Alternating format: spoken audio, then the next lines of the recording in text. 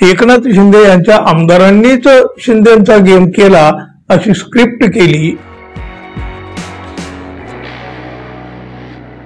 मित्रहो नमस्कार।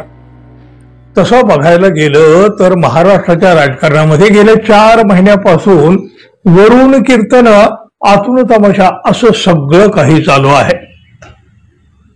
महायुतीचं दुसरं सरकार आल्यापासून भाजपाला एकनाथ शिंदे नकोसे झालेले आहेत, हे तुम्ही आम्ही पाहतो आहोत। अहो त्याची ढीगभर अशी उदाहरणं देता येतील ना। आता बघा, म्हणजे एकनाथ शिंदे यांना हे सगळं काही कळत नसेल का हो? सगळं काही कळून चुकलेलं आहे। अहो त्यासाठी तर त्यांच्या वाऱ्या दिल्ली वाऱ्या होत आहेत ना आता। बघा, म्हणजे मित्र पक्षाला संपवून टाकणं याला तर भाजपाचं कायम प्राधान्य असतं असे आरोप आजवर भाजपावर होत आलेले आहेत। आणि महाराष्ट्रातच काही घेऊन बसायचं, देशभरात सुद्धा तसेच अनुभव आहेत ना। जवळ घेतलं आणि संपवून टाकलं भाजपाचा इतिहास।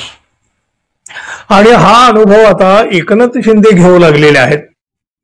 महाराष्ट्राच्या राजकारणामध्ये भारतीय जनता पक्षाकडून एकनाथ शिंदे यांचा गेम होणार अशी चर्चा तर गेल्या काही दिवसापासून ऐकायला मिळते।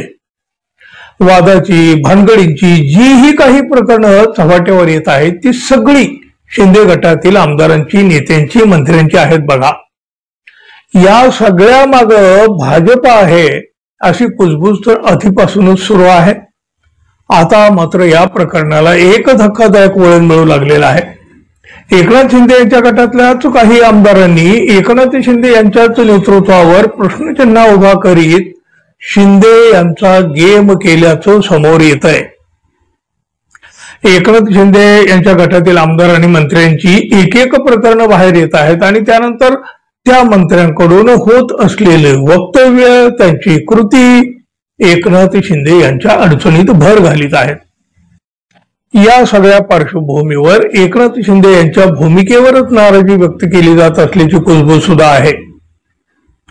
एकनाथ शिंदे यांच्या गटातील स्थिती भाजपासाठी सोयीची ठरण्याची शक्यता आहे। त्यामुळे एकनाथ शिंदे यांचा गेम त्यांच्याच लोकांनी केला का असा प्रश्न उपस्थित झालेला आहे। सध्या तरी या प्रकरणावर शिंदे गटाकडून अधिकृत प्रतिक्रिया आलेली नाही, पण तरी सुद्धा आगामी काही दिवसामध्ये गटबाजी, नाराज आमदार आणि भाजपाची खेळी हे सगळं मिळून महाराष्ट्राच्या राजकारणात मोठा स्फोट घडवून आणला जाऊ शकतो असं वक्तव्य संजय राऊत यांनी केलं। संजय राऊत यांनी म्हटलं, मंत्रिमंडळात कुणाला ठेवायचं, कुणाला काढायचं हा सगळा काही अधिकार मुख्यमंत्र्याचा आहे, पण या सरकारचा रिमोट कंट्रोल मात्र दिल्लीत अमित शहा यांच्याकडे आहे। मुख्यमंत्री एका कार्यक्रमासाठी दिल्लीला गेले होते, पण मंत्रिमंडळात गोंधळाचं वातावरण सुरू आहे, त्यांच्या नियंत्रणाबाहेर स्थिती गेलेली आहे। याच संदर्भात मार्ग काढण्यासाठी ते दिल्लीला गेले आणि हाच त्यांचा मुख्य हेतू होता। या मंत्रिमंडळातील 4 मंत्री जाणार आहेत। संजय शिरसाट, माणिकराव कोकाटे, योगेश कदम आणि बाकीची काही नावं आणखी समोर येत आहेत। संपूर्ण मंत्रिमंडळाची सफाई करून एक नवं मंत्रिमंडळ आणावं अशी चर्चा दिल्लीत आणि मुख्यमंत्र्यांच्या वर्तुळात सुरू आहे।